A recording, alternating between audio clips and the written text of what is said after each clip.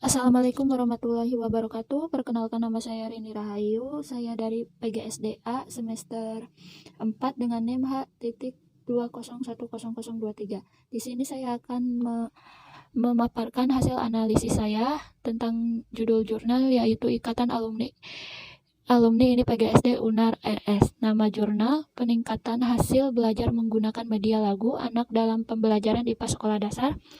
Nama penulis Gengga Prananda, Riyadi Saputra, Juhar Rizky, volume 8, nomor 2, halaman 304-314, tahun terbit tahun 2020. Abstrak jurnal. Tujuan penelitian ini adalah menggunakan media lagu anak pada siswa kelas 5 SDN 43 Sungai Rapi, Padang dalam meningkatkan hasil belajar pada mata pelajaran IPA. Jenis penelitian yang digunakan adalah penelitian tindakan kelas (PTK) dengan menggunakan metode kualitatif dan kuantitatif. Objek penelitian ini adalah 22 siswa kelas 5. Penelitian dilakukan dalam 2 siklus, dan proses penelitian meliputi perencanaan, pelaksanaan, observasi, dan refleksi. Hasil penelitian menunjukkan bahwa 87,5% pada RPP siklus 1 dan 96% pada siklus 2, 79,65 pada aspek guru pada siklus 1, 95,8% pada siklus 2 dan 76,6% pada siklus 1. Siklus 2 84,7%. Kesimpulan dari penelitian ini adalah penggunaan media lagu anak dapat meningkatkan hasil belajar siswa pada mata pelajaran IPA SDN 43 Sungai Rapi, Padang. Pendahuluan jurnal. Perjalanan lagu anak-anak pada zaman globalisasi tidak begitu sangat dinamit, karena adanya perkembangan lagu-lagu bernuansa dewasa menutupi semua laju dari lagu anak itu sendiri, sehingga generasi pada saat ini sangatlah lebih mengenal lagu bernuansa dewasa ketimbang lagu anak-anak yang sesuai dengan tingkat perkembangan. Masa kanak-kanak adalah masa yang harus diperhatikan di dalam pembentukan karakter. Pembentukan itu diawali di bangku sekolah dasar utamanya. Kurniawan tahun 2015 menyatakan, perlu kerjasama antara lingkungan sekolah dan lingkungan kekeluargaan dalam pembentukan karakter anak. Pendidikan dalam sekolah dan masyarakat dapat membentuk karakter anak yang berkarakter. Dalam Perpres nomor 87 tahun 2017 tentang penguatan pendidikan karakter, di mana tanggung jawab sekolah untuk memperkuat karakter anak melalui harmonisasi olah hati, olah pikiran dengan pelibatan keluarga.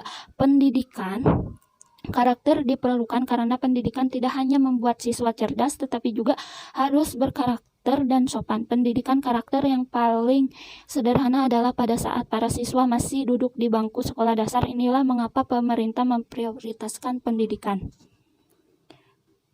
Lalu ada metode penelitian. SDN 43 Sungai Sapi, Padang adalah sekolah yang meneliti dipilih untuk melakukan penelitian. Alasan penelitian ini memilih lokasi berdasarkan pertimbangan sebagai berikut.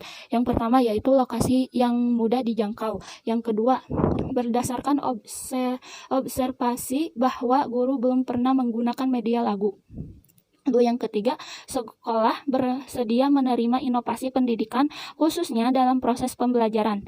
Yang keempat, sekolah menggunakan kurikulum tingkat satuan pendidikan. Yang kelima, hasil belajar siswa kelas 5 pada mata pelajaran IPA masih tergolong rendah. Lalu pun ada hasil pembahasan.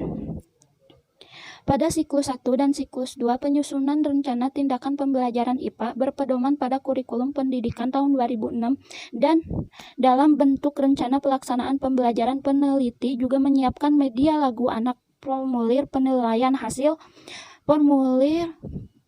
hasil observasi yaitu RPP, aktivitas guru, aktivitas siswa, serta alat dan bahan yang dibutuhkan dalam proses pembelajaran. EPP disusun berdasarkan program semester. Saat melakukan penelitian penelitian bertindak sebagai guru praktis dan guru kelas 5 bertindak sebagai pengamat. Rencana melaksanakan pembelajaran yang akan dilaksanakan meliputi standar kompetensi kemampuan pembelajaran, media dan sumber pembelajaran, kegiatan dan penilaian pembelajaran. Nah, di sini juga ada hasil pembahasan penelitian. Hasil penelitian tentang melaksanakan pembelajaran IPA menggunakan media lagu anak kelas 5, SDN 43, Sungai Sapi, Padang menunjukkan bahwa guru membuat perencanaan dengan menyusun RPP terlebih dahulu. Rusman tahun 2011 berpendapat bahwa rencana pelaksanaan pembelajaran RPP diuraikan dengan silabus untuk memandu kegiatan belajar siswa dalam mencapai kemampuan dasar dan mempersiap satu pertemuan atau lebih. RPP adalah sistem komponen yang saling berhubungan komponen. RPP meliputi identitas sekolah, alokasi waktu, kompetensi inti, kompetensi dasar, dan indikator pencapaian kemampuan tujuan pembelajaran, materi pembelajaran, metode pembelajaran, media pembelajaran, sumber belajar, langkah-langkah pembelajaran, dan evaluasi. Nah, di sini pun ada kelebihan metode penelitian. Yang pertama, penggunaan metode media lagu tersebut dirasa cukup efektif untuk membangun suasana pembelajaran terasa lebih ringan dan menyenangkan. Kegiatan pembelajaran yang dilakukan dengan bernyanyi memberikan kesan tersendiri bagi siswa sekolah. Yang keduanya yaitu mereka terlihat gembira, tidak mudah bosan ataupun mengantuk. Siswa lebih tertarik, bersemangat, dan memperhatikan pembelajaran serta dapat menciptakan suasana bermain sambil belajar. Nah, di sini juga ada kelemahan metode penelitian. Yang pertama, hanya menggunakan metode kualitatif dan kuantitatif saja, sedangkan metode yang tersebut sangat memiliki kekurangan. Di antaranya adalah penelitian ini lebih banyak menggunakan subjektif para narasumber yang beresiko kuat mengurangi objektivitas hasil penelitian. Karakter penelitian akan mempengaruhi hasil penelitian, bisa jadi ketika bertemu dengan penelitian lain dengan karakter yang berbeda, hasilnya akan berbeda. Ya, lalu yang kedua, sedangkan metode kualitatif yang diperlukan yaitu ukuran simpel yang besar untuk menganalisis yang lebih akurat. Studi kuantitatif skala kecil mungkin kurang dapat diandalkan karena jumlah data yang rendah. Lalu di sini pun ada kesimpulan. Kesimpulan yang dapat diambil dari penelitian ini adalah: 1. Rencana pembelajaran dengan media lagu anak telah dilakukan sesuai dengan rencana yang telah ditetapkan, yang dilaksanakan dalam 2 siklus. Ada 2 pertemuan dalam siklus 1 dan 1 pertemuan pada siklus 2. Hasil observasi rencana hasil siklus 1 87,5% dan hasil siklus 2 96%. Pelaksanaan pembelajaran dengan menggunakan media lagu anak dilihat dari 2 aspek, yaitu guru dan siswa. Analisis jurnal selanjutnya yaitu identitas jurnal, nama jurnal, ainara jurnal atau jurnal penelitian dan PKM bidang ilmu pendidikan. Volumenya 1, nomor 2, tahun 2020, halaman 56 sampai 61. Judul jurnalnya yaitu Kajian Pengaruh Penggunaan Model Pembelajaran Picture and Picture terhadap Prestasi Belajar IPA Siswa Sekolah Dasar. Abstrak jurnal. Abstrak ini terdiri dari 2 paragraf yang menggunakan bahasa Inggris dan bahasa Indonesia. Dalam abstrak ini dilatar belakangi dari permasalahan penggunaan media pembelajaran di sekolah dasar dan menyebabkan materi yang diajarkan menjadi verbal atau hafalan, serta prestasi pembelajaran IPA sangat rendah. Tujuan dari penelitian ini adalah untuk melihat pengaruh dan penggunaan model pembelajaran picture and picture terhadap prestasi belajar siswa sekolah dasar. Kata kunci atau keywords-nya yaitu picture and picture, prestasi, dan belajar. Pendahuluannya, dalam pendahuluan jurnal ini terdapat pengaruh penerapan model pembelajaran yang menemukan permasalahan yang biasa timbul dalam belajar ilmu pengetahuan alam atau IPA. Di antaranya adalah proses pembelajaran yang terjadi masih berpusat pada guru dan kurang memberi kesempatan kepada siswa untuk mengalami dan membangun pengetahuannya sendiri. Melalui model pembelajaran picture and picture, siswa dapat melihat secara langsung gambaran konkret dari materi yang sedang dipelajari melalui media pembelajaran yang digunakan oleh guru.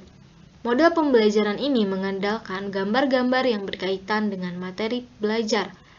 Peserta didik lebih aktif dan mudah memahami apa yang disampaikan oleh guru, sehingga akan memenuhi tujuan pembelajaran yang ingin dicapai. Metode penelitian. Metode penelitian yang digunakan dalam penelitian ini adalah metode studi kepustakaan atau library research. Studi kepustakaan merupakan suatu studi yang digunakan dalam mengumpulkan informasi dan data dengan bantuan berbagai macam bentuk material yang ada di perpustakaan seperti dokumen, buku, majalah, kisah-kisah sejarah, dan sebagainya. Lalu hasil.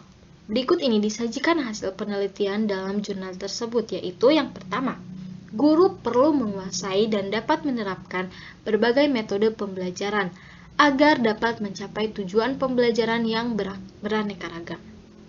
Salah satu metode pembelajaran yang cocok diterapkan untuk pembelajaran IPA yaitu metode Picture and Picture. Metode Picture and Picture adalah suatu metode belajar yang menggunakan gambar dan dipasangkan atau diurutkan menjadi urutan yang logis. Lalu yang kedua, hasil penelitian ini memberikan implikasi bahwa metode Picture and Picture dapat diterapkan dalam pembelajaran IPA sebagai upaya untuk meningkatkan hasil belajar siswa menjadi lebih baik. Karena metode itu sendiri begitu berpengaruh dalam memberikan hasil belajar yang lebih baik.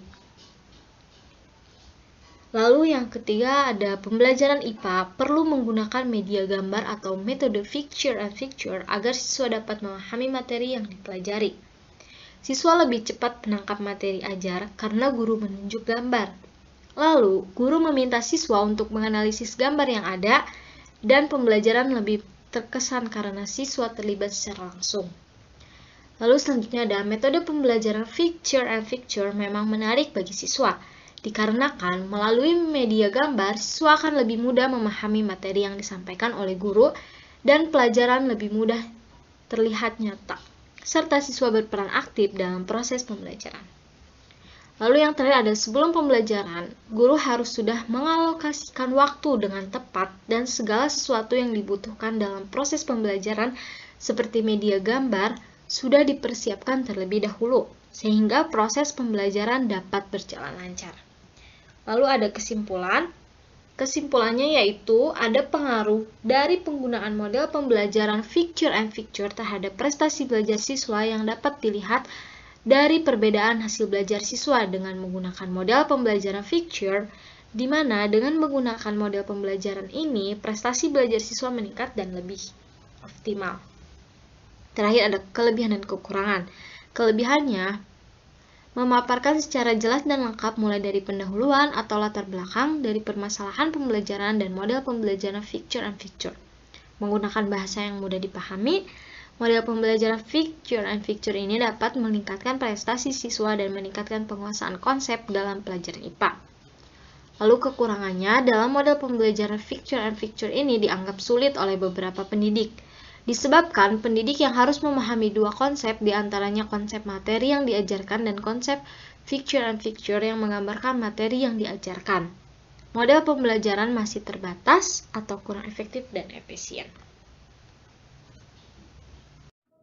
Baik, di sini saya akan membacakan jurnal yang telah saya pilih, yaitu penggunaan media gambar untuk meningkatkan motivasi dan hasil belajar IPA siswa kelas 3 sekolah dasar.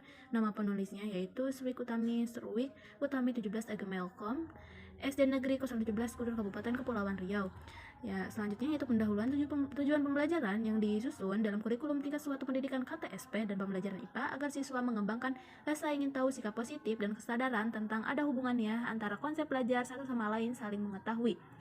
Dalam proses pembelajaran IPA selalu mengarahkan kepada situasi dan yang menarik dan menyenangkan. Dalam posisi inilah guru harus dapat melakukan strategi pembelajaran agar materi pembelajaran IPA tersebut dapat diterima oleh siswa. Menurut Winta Putra 1997, menggunakan metode yang tepat dalam mengajar akan dapat memotivasi dan meningkatkan prestasi pembelajaran siswa dan motivasi yang tinggi akan bergairah mengikuti proses pembelajaran IPA di sekolah dasar. Metode yang digunakan harus akrab dengan diri mereka sehingga mereka terasa kegiatan tersebut tidak merupakan beban berat. Untuk model pembelajarannya itu saya menggunakan metode penelitian yang pertama dan yang kedua. Nah, untuk prosedur ini pelaksanaan tindakan kelas Ini dilakukan beberapa tahap, yaitu menentukan pembelajaran. Belajar berdasarkan silabus kelas 3 SD semester 1, materi makhluk hidup dan proses kehidupan, khusus ciri-ciri dan kebutuhan makhluk hidup, menyusun rencana perbaikan pembelajaran RPPW sesuai dengan indikator dan potensi pembelajaran, menyiapkan media gambar yang digunakan, menyiapkan lembar kerja siswa yaitu LKS, menyiapkan alat evaluasi pelaksanaan tindakan sesuai kegiatan dan jadwal yang telah ditentukan. Pihak sekolah pelaksanaan penelitian dilakukan sesuai dengan pokok bahasa ciri-ciri dan kebutuhan makhluk hidup.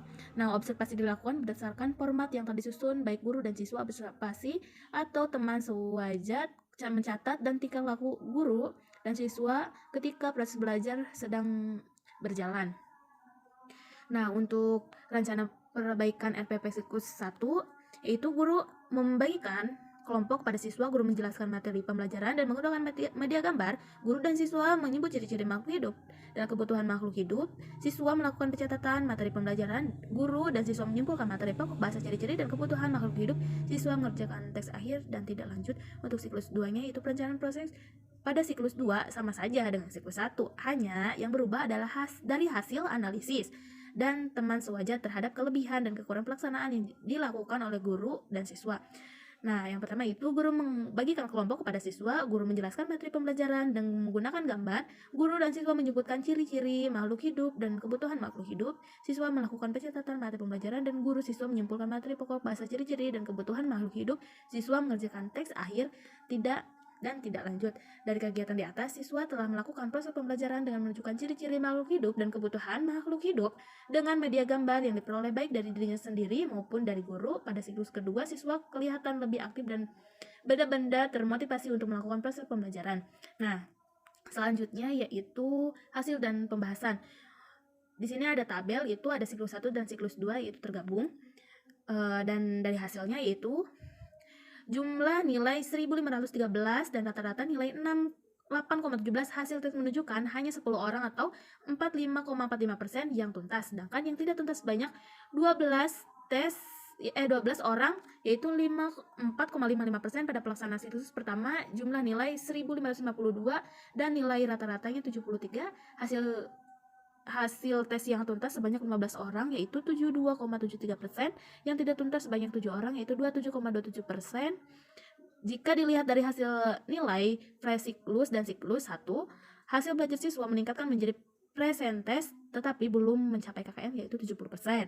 Hasil yang diperoleh pada siklus kedua yaitu sebanyak 22 orang yaitu 100%.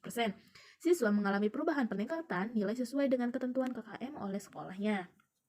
Untuk kesimpulannya itu, berdasarkan hasil penelitian dan menggunakan media gambar untuk meningkatkan motivasi dan hasil belajar siswa, kelas 3 SD Negeri 017 dapat digunakan pada materi pembelajaran IPA, pokok bahasan, ciri-ciri dan kebutuhan makhluk hidup sesuai dengan permasalahan rendahnya hasil belajar siswa dengan segala hambatan dan yang dihadapi oleh guru dan siswa, dan proses pembelajaran IPA dengan metode media gambar dapat meningkatkan hasil belajar siswa dan dapat dibuktikan adanya meningkatkan dan prasiklus dengan baik sesuai dengan langkah-langkah metode media gambar yang ada. Nah, selanjutnya yaitu ada kelebihan dan kekurangan. Untuk kelebihannya itu terdapat media gambar yaitu mudah didapat, umumnya murah harganya, mudah digunakan, dapat memperjelas suatu masalah lebih realistis, dapat membantu pengawasan dan pengamatan, dapat mengatasi keterbatasan ruang. Selanjutnya, Sardiman 2003 mengemukakan kelebihan media gambar yaitu sifatnya konkret, lebih realistis, menunjukkan pokok permasalahan dibandingkan dengan gambar variabel semata. Gambar dapat mengatasi batasan ruang dan waktu, gambar dapat mengatasi keterbatasan pengamatan kita, dapat memperjelas suatu masalah, kesalahpahaman dalam bidang apa saja, dapat mencegah dan membetulkan kesalahpahaman, murah harga dan gampang dapat serta digunakan tanpa memerlukan peralatan khusus. Untuk kekurangannya, media gambar yaitu semata-mata hanya medium visual, ukuran gambar seringkali kurang tepat untuk mengajarkan dan kelompok besar, memerlukan ketersediaan sumber keterampilan dan kajian guru untuk dapat memanfaatkan, hanya menekankan persepsi indera mata. Gambar beda yang terlalu kompleks untuk efektif untuk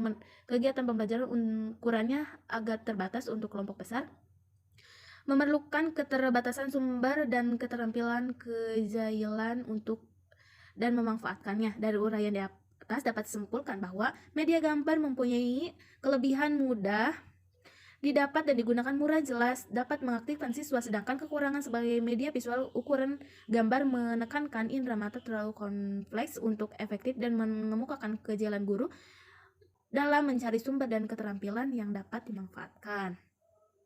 Nah, jadi tujuan penelitian ini adalah untuk meningkatkan hasil belajar siswa, pokok bahasa ciri-ciri kebutuhan makhluk hidup, nilai yang diperoleh siswa masih di bawah kriteria ketuntasan minimal KKM yang ada di sekolah.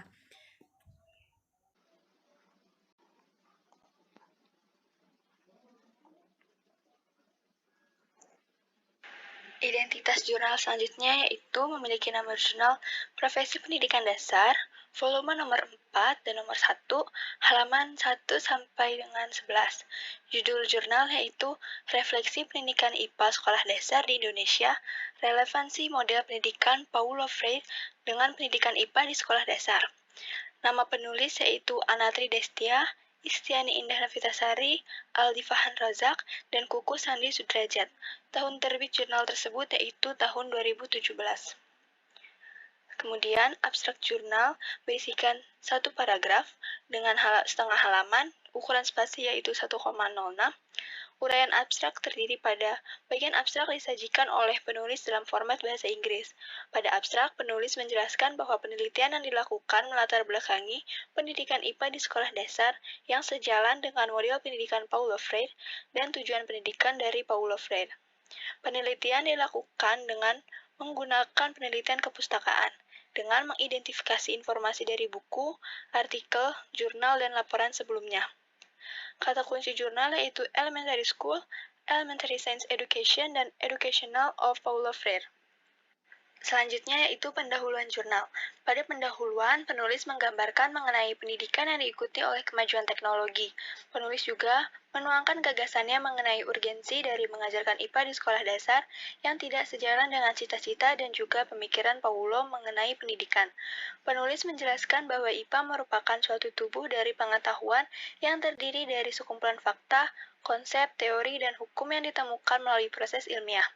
Penulis juga menuangkan bahwa pembelajaran IPA sebaiknya dilakukan dengan discovery learning agar para siswa dapat memiliki aktivitas mengamati, menginferensi, dan mengkomunikasikan, dan juga disesuaikan dengan karakter siswa sekolah dasar yang masih berada pada tahap perkembangan operasional konkret yang masih memerlukan benda-benda konkret guna membantu pengembangan intelektualnya. Selanjutnya yaitu metode. Jenis penelitian yang digunakan oleh penulis yaitu penelitian deskriptif dengan mengkaji dan mendeskripsikan isi dari literatur yang berupa buku, dokumen resmi pemerintah, maupun laporan hasil penelitian dari penelitian terdahulu. Penulis melakukan penelitian dengan menggunakan sumber utama dari buku Irassore dan Paulo Freire tahun 2001, jurnal dan tulisan lainnya yang berkaitan dengan pendidikan IPA di sekolah dasar. Teknik pengumpulan data pada penelitian dilakukan dengan mengidentifikasi informasi terkait dari buku-buku, laporan penelitian terdahulu, jurnal, artikel, web, ataupun informasi lainnya yang berhubungan dengan judul penelitian. Kemudian, hasil dan pembahasan. Hasil penelitian yang dilakukan oleh penulis memiliki beberapa hasil. Yang pertama yaitu, pendidikan IPA di sekolah dasar adalah upaya membelajarkan peserta didik untuk memahami hakikat IPA dengan memasukkan unsur sikap, konten, dan proses yang dilakukan dengan memberikan suatu pengalaman belajar yang konkret, yaitu dengan metode inquiry maupun discovery. Yang kedua, tujuan pendidikan IPA di sekolah dasar adalah membelajarkan siswa sekolah dasar agar memahami hakikat IPA, agar mampu berpikir kritis, dan mempunyai kepribadian luhur sebagai dasar dalam penguasaan teknologi. Yang ketiga, model pendidikan Paulo Freire terdiri dari 3 aspek, yaitu pendidikan dialektis, pendidikan membebaskan, dan pendidikan humanistis. Yang keempat, metode pendidikan Paulo yaitu dengan menekankan pada kebebasan intelektual antara pendidik dengan peserta didik melalui dialog terbuka. Yang kelima, tujuan dari pendidikan Paulo Freire yaitu dapat menghasilkan perubahan pada diri siswa, baik perubahan dalam kualitas berpikir, kualitas pribadi, kualitas sosial, kualitas kemandiriannya, dan kualitas kemasyarakatannya. Hasil pembahasan yang terakhir yaitu relevansi pendidikan IPA di sekolah dasar di Indonesia dengan pendidikan Paulo Freire, yaitu pendidikan humanis dari Paulo Freire, menempatkan manusia sesuai martabatnya. Dalam pembelajaran IPA, siswa sebagai subjek pembelajar yang diberi kebebasan intelektual untuk mengembangkan kemampuan berpikir kritis dan bersikap ilmiah melalui metode discovery dan inquiry melalui dialog terbuka. Kesimpulan dari jurnal ini yaitu terdapat 3 aspek model pendidikan dari Paulo Freire, yaitu pendidikan dialektis, pendidikan membebaskan, dan pendidikan humanistis. Pembelajaran IPA di sekolah dasar sebaiknya diberikan dengan memberi suatu pengalaman belajar yang konkret, yaitu dengan metode inquiry maupun discovery, karena siswa sekolah dasar masih berada pada tahap operasional konkret yang membutuhkan benda-benda konkret sebagai objek pengalamannya dalam belajar.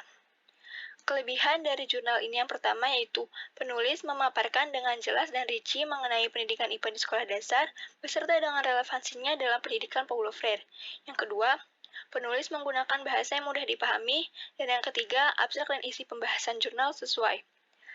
Pembahasan yang terakhir yaitu kekurangan pada jurnal ini menurut saya memiliki satu kekurangan. Yang pertama yaitu pada bagian judul jurnal penulis tidak mencantumkan tahun terbit.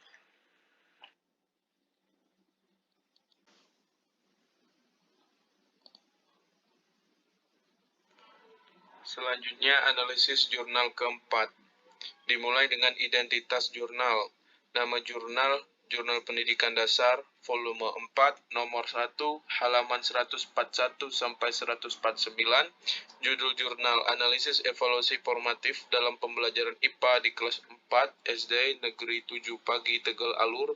Nama penulis Adela Dwi Setiro Marianti dan Rizkania Fauziah Rifai. Tahun terbit 2020, penerbit Universitas Muhammadiyah Tangerang.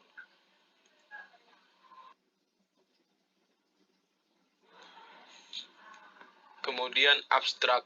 Pada bagian abstrak disajikan oleh penulis dalam format 2 bahasa, yaitu bahasa Indonesia dan bahasa Inggris. Pada abstrak, penulis menjelaskan bahwa pembelajaran terpadu harus berbasis pada kebutuhan belajar siswa. Secara sistematis dalam pengembangannya diperlukan adanya evaluasi formatif untuk meningkatkan kualitas program instruksional dan dijadikan pedoman atau bahan acuan untuk memperbaiki dan menyempurnakan isi atau materi hasil belajar tersebut. Pelaksanaan evaluasi formatif di SD Negeri 7 Pagi Tegal Alur pada subjek 36 siswa dalam pembelajaran IPA sekolah dasar dilakukan dengan teknik tes dan non-tes. Teknik tes yang digunakan ialah pilihan ganda dan uraian. Teknik non-tes menggunakan instrumen tanya-jawab, diskusi, wawancara, angket, dan observasi. Hasil dari penelitian penggunaan evaluasi formatif dalam pembelajaran IPA di kelas 4 SD terbukti efektif berdasarkan hasil dari pre-test dan post-test.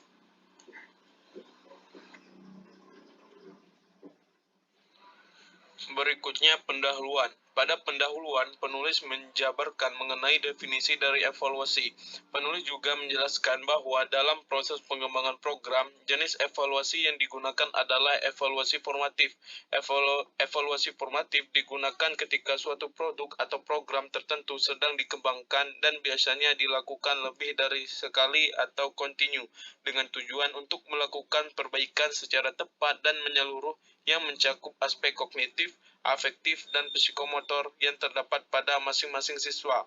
Evaluasi formatif dimaksudkan untuk mendapatkan umpan balik atau feedback dari peserta didik sehingga pengajar bisa menilai kemampuan siswanya dan dijadikan bahan perbaikan pada kegiatan pembelajaran berikutnya.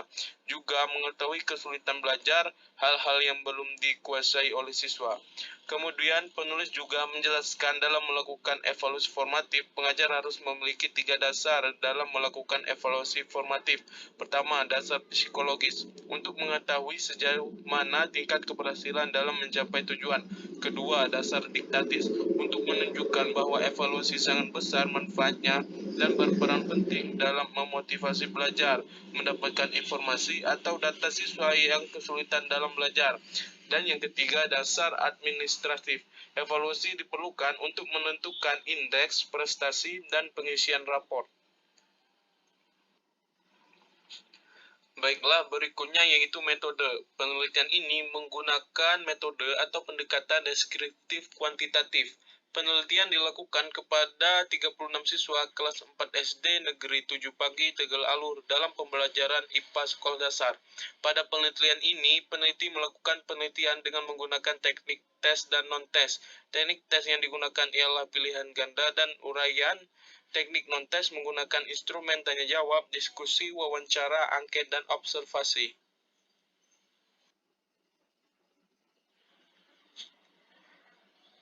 Kemudian adapun hasil dan pembahasan. Dalam analisis ini, kegiatan pembelajaran dilakukan sebanyak 2 kali pertemuan sebagai bentuk perbandingan antara hasil pembelajaran yang tidak menggunakan evaluasi formatif dengan pembelajaran yang menggunakan evaluasi formatif. Dengan keduanya menggunakan instrumen kegiatan pretest dan non-test. Setelah dilakukan pembelajaran pertama tanpa menggunakan evaluasi formatif, didapat hasil guru tidak mengetahui sejauh mana bahan yang telah diajarkan yang dapat dikuasai oleh peserta didik. Hal tersebut dapat menghambat proses pembelajaran selanjutnya. Timbulnya rasa kurang percaya diri peserta didik, takut salah, tidak kreatif, dan menurunnya prestasi peserta didik karena tidak adanya penguatan ulang terhadap materi. Selanjutnya, pada pembelajaran kedua, prosedur atau tahapan evaluasi formatif saat pembelajaran berlangsung di SD Negeri 7 Pagi, pada 1 jam pembelajaran di awal diadakan pretest dengan tujuan untuk mengetahui kemampuan awal siswa pada pelajaran IPA materi struktur bagian tumbuhan dan fungsinya. Hasil ditemukan bahwa pemahaman siswa secara umum diketahui masih rendah. Kemudian diadakan pemberian materi oleh guru, tanya jawab, dan pemberian tugas. Selama proses pembelajaran berlangsung, guru melakukan evaluasi formatif berupa observasi. Di akhir kegiatan, guru memberikan penguatan materi kembali kepada siswa agar siap menerima post-test. Kemudian hasil evaluasi setelah diadakannya post-test dengan menggunakan instrumen observasi, tes tulis, angket, dan tanya jawab diproses melalui penilaian. Objek penilaian tersebut meliputi 1. Input. Aspek yang bersifat rohani mencakup 4 hal, yaitu kemampuan, kepribadian, sikap, intelijensi. Kemudian transformasi. Unsur-unsurnya yaitu materi, metode, media, dan sarana pendidikan. Kemudian guru atau personil lainnya. Yang ketiga yaitu output, meliputi penilaian terhadap peserta didik untuk mengetahui seberapa jauh tingkat pencapaian atau prestasi belajar mereka selama mengikuti program. Keikutsertaan peserta didik dalam mengelola pembelajaran menunjukkan peningkatan yang sangat signifikan dibandingkan saat pretest. Setelah post-test berlangsung, peserta didik tampak lebih percaya diri sehingga tidak lagi ragu-ragu dalam menyelesaikan soal. Dengan demikian, dapat ditarik kesimpulan bahwa kegiatan evaluasi formatif setelah dilakukan penilaian melalui pretest dan post-test yang diadakan dalam pembelajaran IPA di sekolah dasar kelas 4 dapat meningkatkan hasil belajar peserta didik. Kemudian penulis juga memberikan penjelasan lebih mengenai proses yang ideal ialah harus melalui 4 tahap evaluasi untuk menghindari kekurangan-kekurangan yang mendasar sebelum proses itu digunakan dalam skala besar. Keempat tahap evaluasi formatif tersebut yaitu 1. Evaluasi one-to-one oleh para pakar. Kedua, evaluasi one-to-one oleh peserta didik. Ketiga, evaluasi kelompok kecil. Dan yang keempat, uji coba lapangan. Demikian. Selanjutnya yaitu kesimpulan. Kesimpulan dari jurnal ini yaitu berdasarkan hasil analisis dan pembahasan maka dapat disimpulkan bahwa terdapat perbedaan yang cukup signifikan pada pokok pembahasan struktur bagian tumbuhan dan fungsinya. Setelah dilakukan analisis terbukti dengan adanya evaluasi formatif hasil belajar siswa menjadi lebih baik daripada siswa yang tidak diberi evaluasi formatif di dalam proses pembelajarannya. Namun dalam melakukan evaluasi formatif terdapat 4 tahap ideal yaitu pertama, evaluasi one-to-one oleh para pakar. Kedua, evaluasi one-to-one oleh peserta didik. Ketiga, evaluasi kelompok kecil. Dan keempat, uji coba lapangan. Dengan penerapan evaluasi formatif yang benar, maka dapat diharapkan dapat meningkatkan hasil belajar siswa tidak hanya di mata pelajaran IPA, namun juga pada mata pelajaran lainnya. Selanjutnya yaitu adapun kelebihan dan kekurangan. Pertama, kelebihan. Penulis menjelaskan rangkaian analisis dan pengelolaan data dengan jelas dan rinci. Kedua, penjelasan mengenai pembahasan dan hasil penelitian mudah dipahami. Ketiga, teknik dalam pengambilan data mudah untuk dilakukan sehingga peneliti lainnya dapat menggunakannya juga. Keempat, data yang disajikan jelas dan terperinci. Kemudian kekurangan. Pertama, terdapat beberapa pengejaan kata yang salah. Dan yang kedua yaitu isi kesimpulan yang kurang sesuai dengan seluruh isi jurnal. Baik, cukup sekian review jurnal dari kelompok kami. Wassalamualaikum warahmatullahi wabarakatuh.